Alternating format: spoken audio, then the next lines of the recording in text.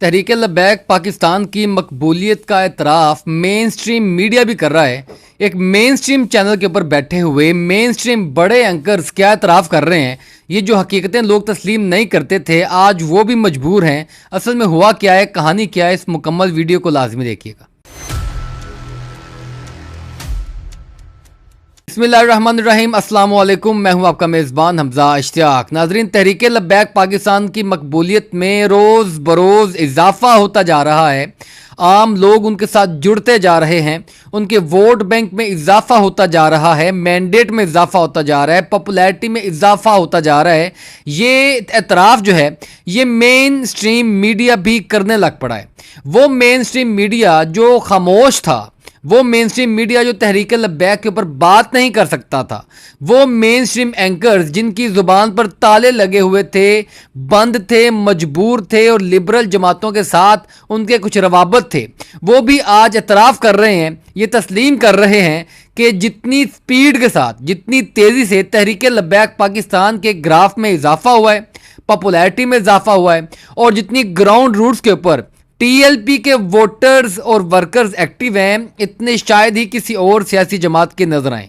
और ये तमाम कहानी है क्या, मुकम्मल वीडियो ज़रूर देखिएगा। लेकिन मुकम्मल वीडियो देखने से पहले ये मैं क्यों बातें कर रहा हूँ आप ये भी देख लें इस एक वीडियो में। बेंच ने भी नोट की कि जो मरकजी किरदार था यानी कि तहरीक लब्बैक पाकिस्तान वो रिव्यू में नहीं आए। उन्होंने कोई पिटिशन नहीं की, इदारों ने की, सियासी जमातों ने की, टीएलपी ने नहीं की। और टीएलपी 2018 के अंदर भी आपने देखा एक बड़ा पूरे सिस्टम को शेकअप किया था। 2.2 मिलियन से ज्यादा वोट्स लेके टीएलपी 2018 के इलेक्शन में 5th लार्जेस्ट पार्टी बनी थी। आपके कोई 17-18 लाख आपके पंजाब से ले लिए थे, कोई 4.5 लाख सिंध से ले लिए थे वोट। अभी भी बहुत बड़ा वो आपने लेटेस्ट गैलप सर्वे नहीं देखा, लेटेस्ट गैलप सर्वे नहीं देखा कि पीटीआई के बाद जी जिसके अंदर टीएलपी का नंबर आ रहा है। मकबूल तरीन लीडर हैं, मकबूल तरीन साद रिजवी साहब लीडर हैं। आपने देखा कि महर बुखारी साहिबा और मोहम्मद मालिक साहब बड़े ही वसूख से ये खबरें दे रहे हैं और तस्लीम कर रहे हैं और गैलप सर्वे की भी बात कर रहे हैं। और महर बुखारी साहबा ने जिस तरीके से बताया है कि पिछले इलेक्शंस में 2.2 मिलियन यानी 22 लाख लोगों ने तहरीक लब्बैक पाकिस्तान को वोट दिया था, जो कि अब मजीद बढ़ रहा है। और आप देख लें वो ये भी इतराफ़ कर रहे हैं कि इमरान खान के बाद तहरीक लब्बैक पाकिस्तान और साद हुसैन रिजवी जो हैं वो मकबूल तरीन लीडर हैं, पॉपुलर तरीन हैं। और पब्लिक के अंदर जो इंगेजमेंट है इस वक्त सबसे ज़्यादा, जो आम लोगों की तर्जुमानी है वो सबसे ज़्यादा तहरीक लब्बैक पाकिस्तान और साद हुसैन रिजवी साहब कर रहे हैं।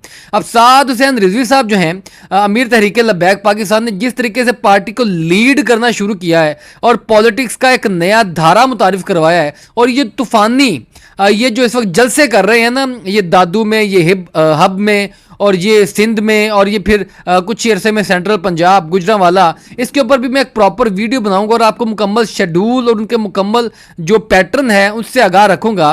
फिलहाल आप देखें कि मेन स्ट्रीम मीडिया की भी आखिरकार जब किसी सियासी जमात का बेशक किसी के ऊपर पाबंदी भी हो, बेशक आपको डिक्टेशन भी मिली हो कि आपने इनकी बात नहीं करनी, बेशक कोई ना भी चाहता हो, बेशक मालिकान जो चैनल के हैं वो भी शायद ना चाहते हो कि तहरीक लब्बैक पाकिस्तान का जिक्र आए, लेकिन जब पॉपुलैरिटी बढ़ती है और पब्लिक किसी सियासी जमात का साथ देती है और जो फ्लोटिंग वोट होता है, जो गैर सियासी वोट होता है, जब वो भी किसी जमात के साथ जुड़ने लग पड़ता है तो उसकी ऑटोमेटिकली हवा बन जाती है।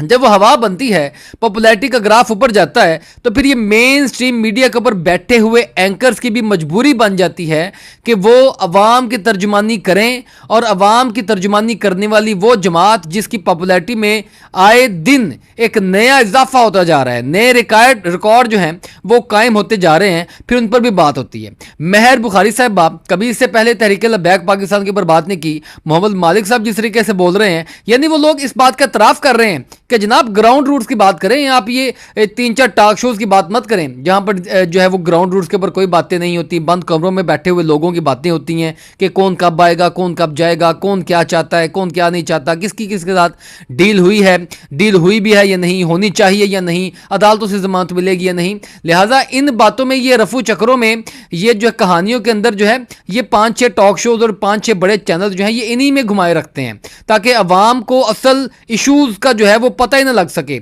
या आवाम को हम बता ही ना सकें कि ग्राउंड रूट्स में क्या चल रहा है। लेकिन जैसे ही ग्राउंड रूट्स में जब एकदम से जो है वो थरथल्ली मचने लग पड़े, एकदम से भूचाल आने लग पड़े, पब्लिक बहुत ज़्यादा इंगेजमेंट मांगने लग पड़े एक सियासी जमात के साथ, तो डेफिनेटली फिर इनकी भी मजबूरी बन जाती है, क्योंकि ये आवाम से आंखें तो नहीं चुरा सकते, पब्लिक से आंखें तो नहीं चुरा सकते। लिहाजा ये एक उनकी जो स्टेटमेंट है ये एतराफ़ है और ये पूरे मेन स्ट्रीम मीडिया का तरफ है। मैं इस हवाले से, क्योंकि छोटा सा क्लिप है, छोटे से क्लिप की ही उनको परमिशन मिली होगी, इसी में उन्होंने बात समेटने की कोशिश की होगी, जो मेन बातें हैं वही वो कर दी होंगी, इससे ज़्यादा तो उनको परमिशन भी नहीं होगी ना। लिहाजा जितनी भी उनको परमिशन थी उन्होंने उसके अंदर जो है वो इतराफ़ कर लिया है कि इस वक्त साद हुसैन रिजवी मकबूलियत की इंतहा को छू रहे हैं।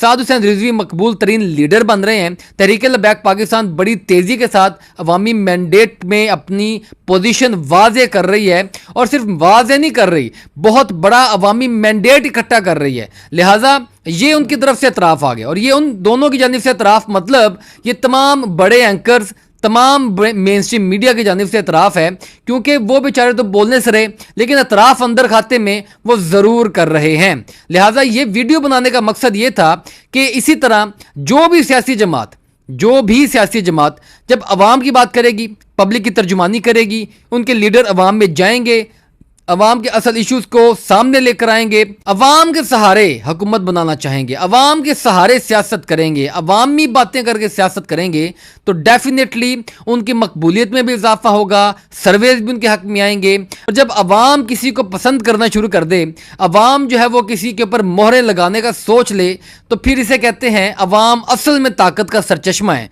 जब अवाम कुछ करना चाहे तो डेफिनेटली वो होकर रहता है।